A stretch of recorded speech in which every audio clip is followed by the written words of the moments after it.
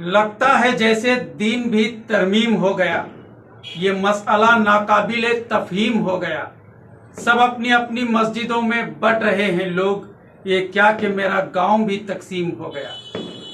इस वक्त मुल्क भर में मुसलमानों की एक सी हालत है, वो रियासत हो, शहर हो या देहात हो, हर तरफ मुसलमान बाहमी नाइत्तिफाकी का शिकार है।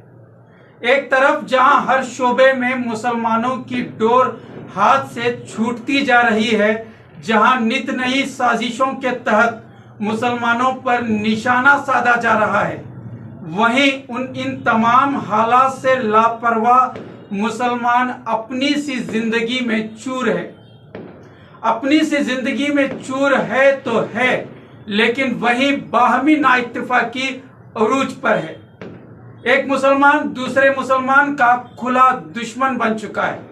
और अफसोस की बात तो ये है कि जमात और इस्लाम के नाम पर लोग आपस में बटे हुए हैं। एक दूसरे को गलत और खुद को सही साबित करने की हर मुमकिन कोशिश इस वक्त की जा रही है और हर तरह की हदें पार की जा रही है। कल एक मामला सामने आया, जिले के एक छोटे से गांव का ये मामला है कि एक शख्स की मां का इंतकाल हो गया।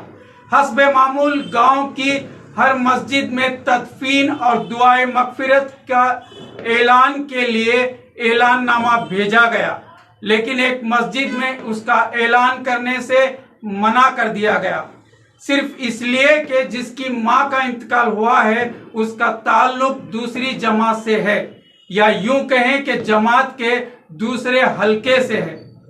अब जरा आप खुद गौर करें कि आज हम किस मकाम पर पहुंच गए हैं। मजहब की आड़ में मजहब को किस कदर बदनाम कर रहे हैं। क्या यही इस्लाम की तालीमात हैं कि किसी की मां के हक में दुआए मगफिरत भी इसकी बुनियाद पर की जाएगी कि उसका ताल्लुक किस जमात से है। अफसोस, सद अफसोस।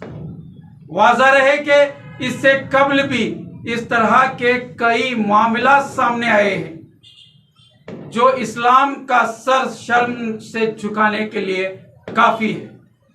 यूपी के एक मौलवी ने आइन निकाह के स्टेज पर निकाह पढ़ाने से इनकार कर दिया था, सिर्फ इसलिए कि दूल्हे का ताल्लुक किसी दूसरे मसलक से है, जिसके बाद दूल्हा और दुल्हन के घर वालों के बीच तनाजा खड़ा हुआ और निकाह से पहले ही ये रिश्ता टूट गया।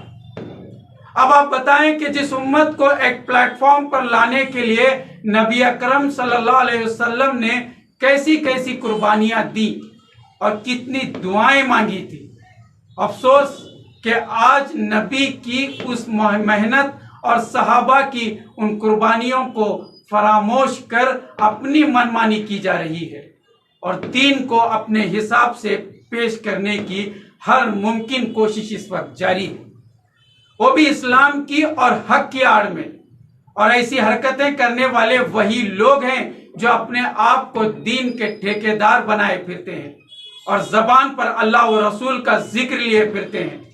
खैर, इन तमाम हालात से एक बात समझ में आती है कि जब मुसलमान खुद आपस में एक दूसरे को लेकर इस कदर नफरत का शिकार है, तो ऐसे में मुसलमानों के हालात बेहतर होने की उम्मीद कैसे लगाई जा सकती है।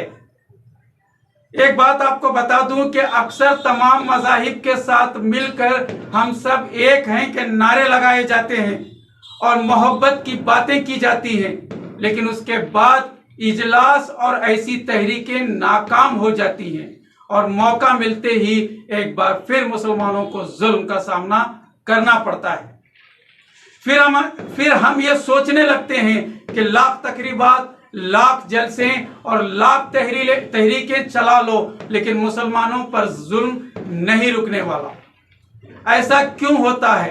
अब इन हालात को देखकर ये बात समझ में आती है कि ऐसा इसलिए होता है कि जब हम खुद अपनी सफ़ों में इत्तेहाद के बदले इंतशार पैदा कर रहे हों, तो ऐसे में किसी और से भला इत्तेहाद की उम्मीद कैसे लगाई जा सकती है?